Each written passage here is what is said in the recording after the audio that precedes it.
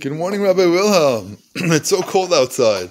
I was wondering if you could maybe give us some words to warm our hearts in this cold winter day.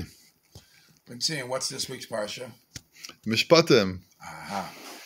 Right after Matan Torah, last week's in the Matan Torah, right away we jump straight into not lofty spiritual stuff. We talk about the nitty-gritty Mishpatim, Ben Adam al-Chaverei, how to deal with people and how to be honest and not to cause damages and all the financial matters. And that alone is deserves a talk for itself. Why is that the first thing that comes right after Matan Torah? Either way, there is a question that Mefarshim ask. Usually we have the tendency to do things hush-hush. Something went wrong, roll it under the carpet, nobody should know. Especially something negative. Yet, when the Torah feels it's right to discuss all the matters of Mishpatim, Ben Adam al-Chaverei, the first one they come out blasting, Eved Ivri. You know what the story of Eved Ivri, Rashi says? The story is where he was a Ganev. The guy's a Ganev. He stole. He doesn't have what to pay. And so you sell him as a Eved, Nebach. But that's, the guy's a Ganev. And he's being sold to pay off his dues of what he stole. What do you make a big fuss about it? And why is it the first thing? There must be some lessons that we could learn from the Eved Ivri. First of all, the Chafetz Chaim says a beautiful thing. The Chafetz Chaim says the way of the world is that people think if somebody marries a shiksa, that's terrible. Throw him away, don't ignore him, don't give him any honor. The guy is a Ganev, well, he's only Ganev, give him shishi, give him after. Says the Chafetz Chaim from this parsha, the parsha of Eved Ivri, you could say Punk Farkert. You see Punk Farkert. You see that the guy who's a Ganev and doesn't have what to pay, he's actually going to end up marrying a shifcha, which he's not allowed to as a yid. So stealing is even worse, Rahman al-Atlan, than what we think is the worst of the worst.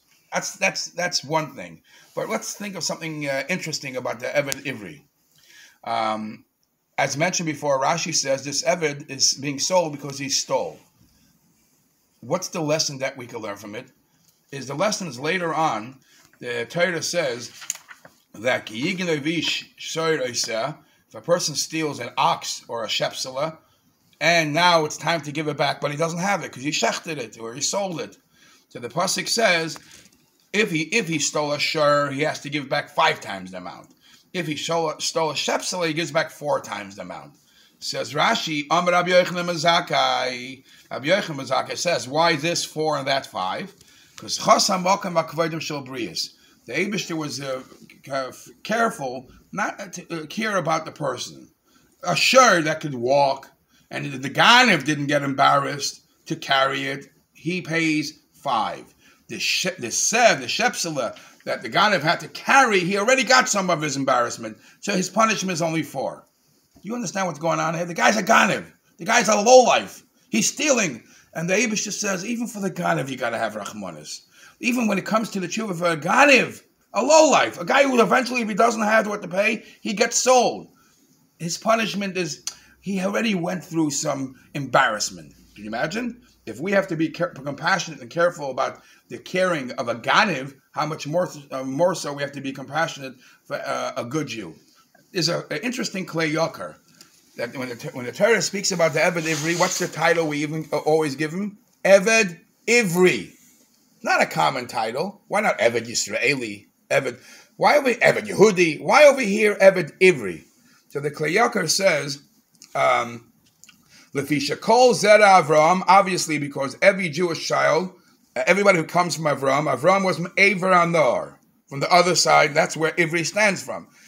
And it's basically saying that this Eved Ivri that's being sold, this is because he did things that start from Aver Hanor. He is a Baal Avera. He comes from Terach.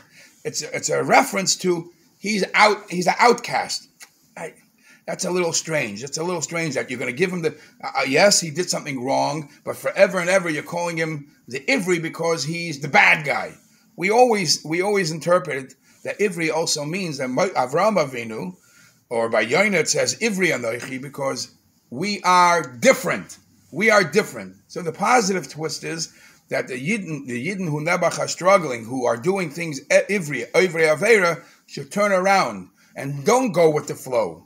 Don't go with the flow what the Goyish world is. Turn it around and be different, which is Aver Anor. You're here, but you're not here, and that's distress. Now Rashi, and he keeps on going and says the kach nemar achicha ha'ivri, your brother, the ivri, even though the ivri is a negative connotation, because afal pisha chata, you have to remember, even though this guy sinned for avar avera, nevertheless, achicha, he's your brother. Always care for him. And the last thing I want to say is there's a common denominator between last week's parsha and this week's parsha. There's last week's parsha begins Vayishma Yisroi. Yisroi heard. Shamu Amim Yergazon. Everybody heard. But the difference is Yisroi reacted to what he heard. He changed. Over here too, when the Eved doesn't behave, or he wants more Avdus, he wants to stay there. Veratza Adoinavas Oznoi. Why Oznoi? Because you have to tell, we're teaching you that what you hear, you got to react. It's not like a newspaper, let it go in, let it go out. A Yid has to react from all the signs that Hashem sends to him, make him a better person. It's too long. Now, you just got me with, you're not